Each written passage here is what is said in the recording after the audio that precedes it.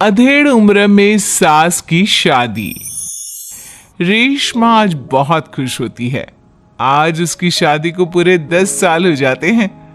घर में खुशी का माहौल होता है और इसी खुशी में रेशमा घर में तरह तरह के पकवान भी बना रही होती है।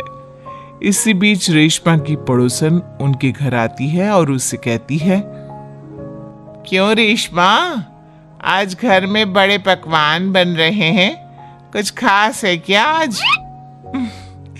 आज ही के दिन मेरी शादी हुई थी और आज मेरी शादी को पूरे 10 साल हो चुके हैं।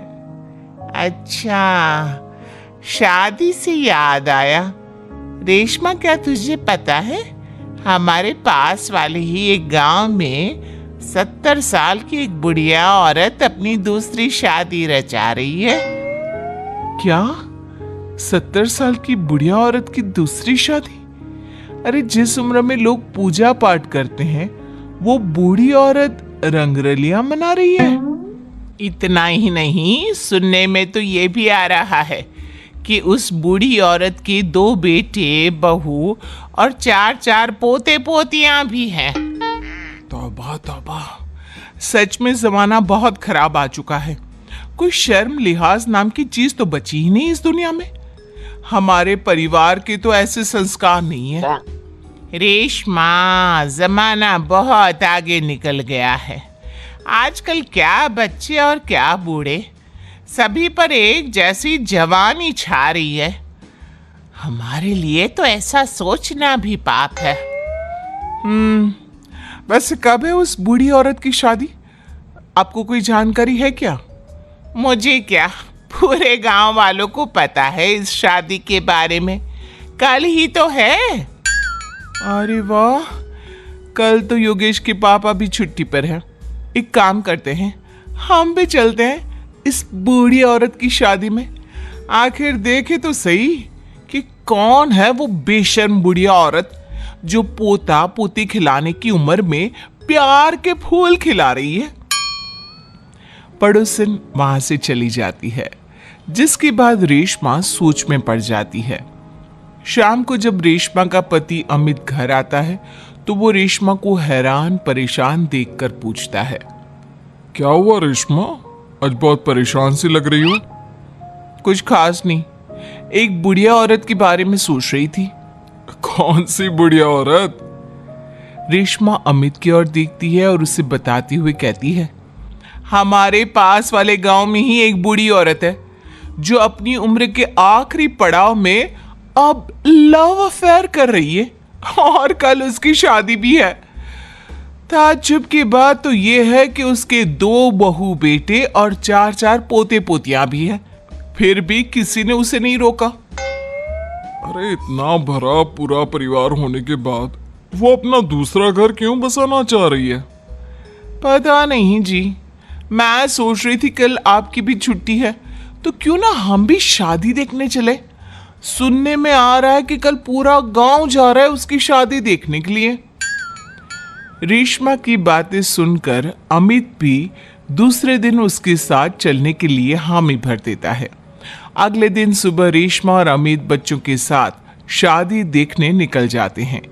गांव से कुछ किलोमीटर की दूरी तय कर रेशमा अपने परिवार के साथ विवाह स्थल पर पहुंच जाती है।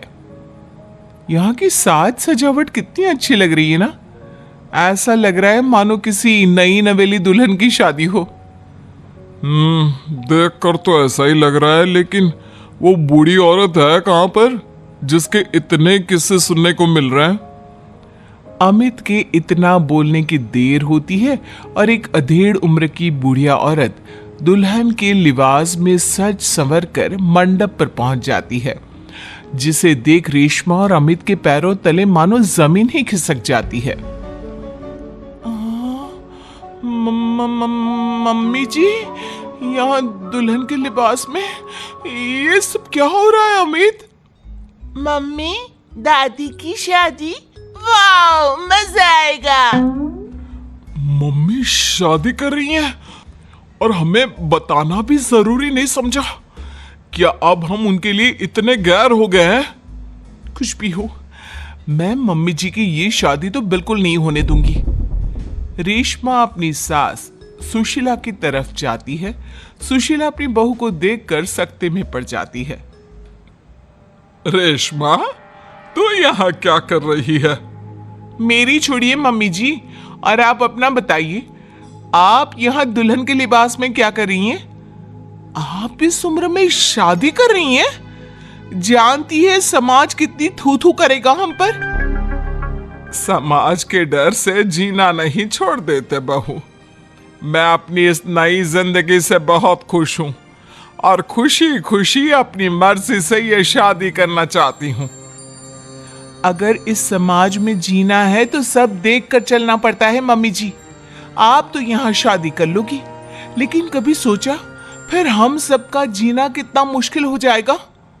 मैं आपकी शादी बिल्कुल नहीं होने दूंगी। सुशीला अपने बेटे के पास जाती है और उसे समझाने की कोशिश करती है। बेटा, अब तू ही कुछ समझाना बहू को। इस शादी को लेकर मेरे भी वही अरमान है जो हर लड़की के उसकी शादी पर होते हैं बेटा। मैं क्या समझाऊं माँ उसे? आप इस उम्र में शादी करने जा रही थी और आपने हमें बताना भी जरूरी नहीं समझा, क्योंकि मैं जानती थी कि तुम लोग कभी मेरी शादी से खुश नहीं होंगे, इसलिए मैंने तुम लोगों को कुछ नहीं बताया। मम्मी जी, ये सब सोचने से पहले कभी आपको हमारी इज्जत का ख्याल नहीं आया? आज आपकी इस हरकत के कारण ही हम समाज में कहीं मुंह दिखाने के लायक नहीं रहे। बहू, कब तक तुम यूं ही समाज के बारे में सोचती रहोगी? ये लोग आज 100 तरह की बातें बनाएंगे और कल को सब भूल जाएंगे। क्या इनके डर से मैं जीना छोड़ दूं? कल तो सभी को मर जाना है, उसमें भी अगर हम ऐसे ही डर डर कर जीते रहे तो कभी खुश नहीं रह पाएंगे। मम्मी जी, बातें बनाना कोई आपसे सीखे। जिस उम्र में आपको पूजा पाठ करनी चाहिए, अपने पोते को गोद में खिलाना चाहिए, उस उम्र में आप फिर से अपना घर बसाने के सपने देख रही हो। यकीन नहीं होता मम्मी, आप इतनी स्वार्थी कैसे हो सकती हो? स्वार्थी? बहू, मैंने अपना पूरा जीवन बाकी सबकी खुशियों के लिए बिता दिया। अमित के पिताजी की मौत के बाद जब मेरे पास दूसरा घर बसाने का मौका था, तब भी मैंने अपने बारे में नहीं सोचा, अपने बच्चों के बारे में सोचा। और आज तुम मुझे स्वार्थी बोल रही हो? क्या एक बूढ़ी औरत के पास दिल नहीं होता? हमें प्यार करने का अधिकार नहीं होता? सुशीला की बातों ने सभी को सोच विचार करने पर मजबूर कर दिया। किंतु रेशमा, हर किसी को अपना जीवन जीने का अधिकार होता है मम्मी जी, लेकिन आपके साथ 3 और जिंदगियां भी जुड़ी हुई है। हम आपके कारण बदनामी का घूंट नहीं पी सकते मम्मी जी। आज तुम दोनों को अचानक मेरी और इस समाज की इतनी परवाह क्यों हो रही है? यह बदनामी और समाज के तानों का डर तब तुम लोगों के जहन में क्यों नहीं आया, जब 2-2 बेटों और बहुओं के होते हुए भी मुझे अकेले उस एक कमरे में रखकर घूंट घूंट कर जीवन यापन करना पड़ रहा था? तब तुम लोगों को याद नहीं आया मुझसे कितनी जिंदगियां जुड़ी हुई हैं? सुशीला की बातें सुनकर रेशमा और अमित अपना सिर झुका लेते हैं। उन्हें अपने से हुई गलती का एहसास हो जाता है, लेकिन अब भी कहीं ना कहीं उनके दिमाग में लोग क्या कहेंगे ही चल रहा था, जिसके डर से वे खामोश होकर खड़े रहते हैं। तभी सुशीला जी आगे कहती हैं, ठीक है, अगर तुम लोग नहीं चाहते कि मैं फिर से विवाह करूं और अपने नए जीवन की शुरुआत करूं, तो मैं ये शादी नहीं करूंगी और साथ ही ये घर छोड़कर भी चली जाऊंगी। फिर ना तुम लोगों की कोई बदनामी होगी और ना ही कोई तुम्हें आकर ताने मारेगा। सुशीला की बातें सुनकर रेशमा और अमित दोनों सोच में पड़ जाते हैं। कुछ देर सोचने के बाद रेशमा कहती है, नहीं मम्मी जी, आप घर छोड़कर मत जाइए। आप सच कह रही हैं। अगर हम ऐसे ही समाज की परवाह करते रहे तो हम कभी खुशी खुशी नहीं जी पाएंगे। हाँ माँ, और आज बचपन से तेरे हर निवाले और प्यार का कर्ज मैं चुकाऊंगा। आज यहां से मेरी माँ की डोली उठेगी। बजाओ शहनाई, आज मेरी माँ की शादी है। फिर क्या, अपने बहू बेटों की रजामंदी के साथ सुशीला खुशी खुशी 7 फेरे लेकर नई नवेली दुल्हन बन जाती है और सब शादी की खुशियों में मगन हो जाते हैं।